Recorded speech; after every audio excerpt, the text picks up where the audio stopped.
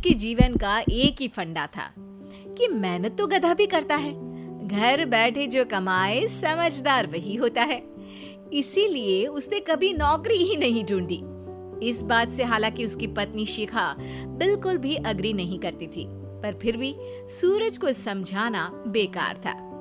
TV में कैसे बनोगे करोड़पति का ऐड देखकर उसे लगा कि बस अब तो घर बैठे ही वो करोड़पति बन सकता है, और उसके पीछे उसने अपने सारे सोर्सेस एक्टिव कर दिए।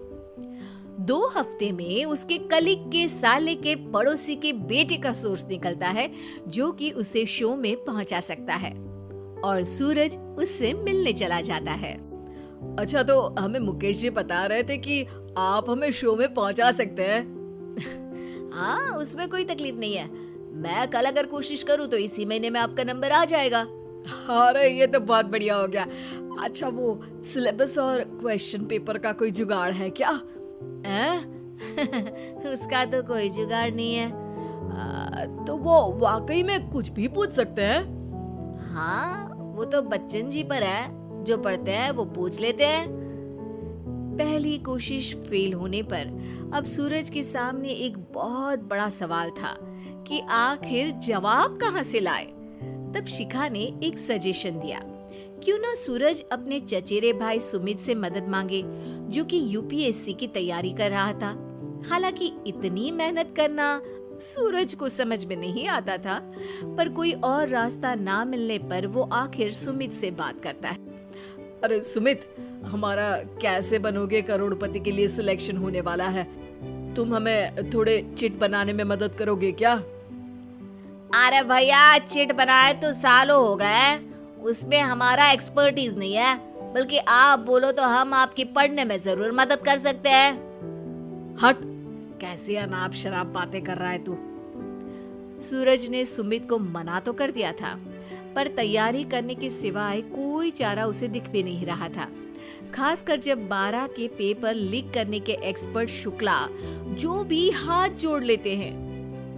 आखिर सूरज को सुमित के पास जाना ही पड़ा, और उसने सुमित और शिखा से वादा किया कि वो बहुत मेहनत करेगा।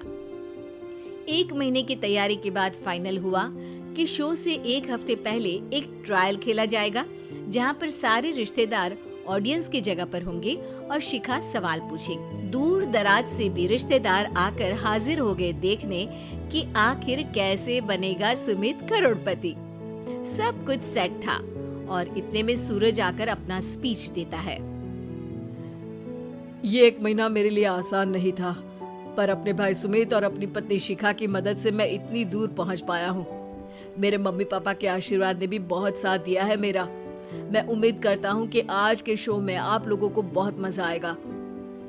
साक्षी पहला सवाल पूछती है और पूरे कमरे में सन्नाटा छा जाता है। इंडिया में कितने स्टेट्स हैं? 3, सॉलिड, लिक्विड और गैस। अरे रुकिए, तो ऑप्शंस तो देने दीजिए। इतने में 5वीं कक्षा का चिंटू बोल उठता है। अरे क्या मामा, आप तो पहले सवाल पर ही आउट हो गए। अरे बेटा, पहला सवाल तो ट्रायल होता है ना। अरे तुम अब देखना। देखने जैसी बात तो थी ही। सूरज को इतना शांत किसी ने नहीं देखा था। कभी कभी तो लगता था मानो सूरज आंख खोलकर ही सो गया हो। मामा जल्दी करो प्लीज, कल सुबह पनवेल भी तो निकलना है। अरे हट, कंसंट्रेट करने दे मुझे। 3 सवाल में 3 लाइफलाइन खत्म हो चुकी थी, और अब चौथे सवाल पर भी सूरज का मौन नहीं टूटा। पर सूरज अभी भी हार मानने को तैयार नहीं था।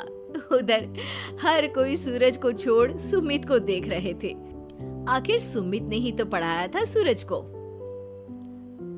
गजब बेइज्जती है यार। अरे बेटा, तो बाप का, दादा का, भाई का, सबका नाम बुड़वाएगा। अरे 3 लाइफलाइन ले ली तो भी तेरा कुछ नहीं होना है। अरे कोई इतनी बात करता है क्या शो पर? अरे बेटा, शो पर तेरे जैसे भी तो नहीं आते ना।